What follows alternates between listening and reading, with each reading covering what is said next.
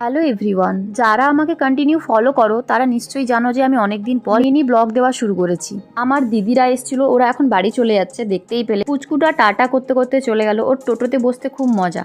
তো পিঙ্কিও এসছিল, তো দুজনে মিলে একটু হা হা হি হি করে ফেললাম, দেখতেই পাচ্ছ পাগলপন্থী করছি। তো কিছুদিনের জন্য আমি এখন বাড়ি এসেছি, তো আমার আর পিঙ্কির এখন রোজ দেখা হবে। যাই হোক, এখন কাজ করতে বসে গেছি আমরা দুজনেই। এগুলো হচ্ছে আমাদের ডান্সের ড্রেস, গোটা ছড়িয়ে ছিটিয়ে পড়ে আছে দেখো, কারণ এগুলো আমরা এখন গোছাচ্ছি। আমাদের এত সময় হয় না দুজনে যে অনেকটা টাইম ধরে বসে বসে সব কিছু করবো। তো আজকে টাইম পেয়েছি তাই করছি।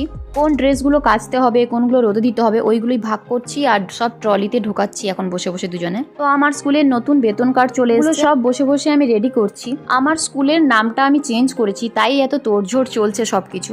তো বিকেলবেলা আমরা ক্লাসে পৌঁছে গেছি, প্র্যাকটিস চলছে। শরীর যতই খারাপ থাকুক না কেন, ক্লাসে এসে ওদের সাথে দেখা হয়ে গেলে সবকিছু ঠিক লাগে। যারা স্টুডেন্টদের এই সম্পর্কটা সত্যি ঈশ্বর প্রদত্ত।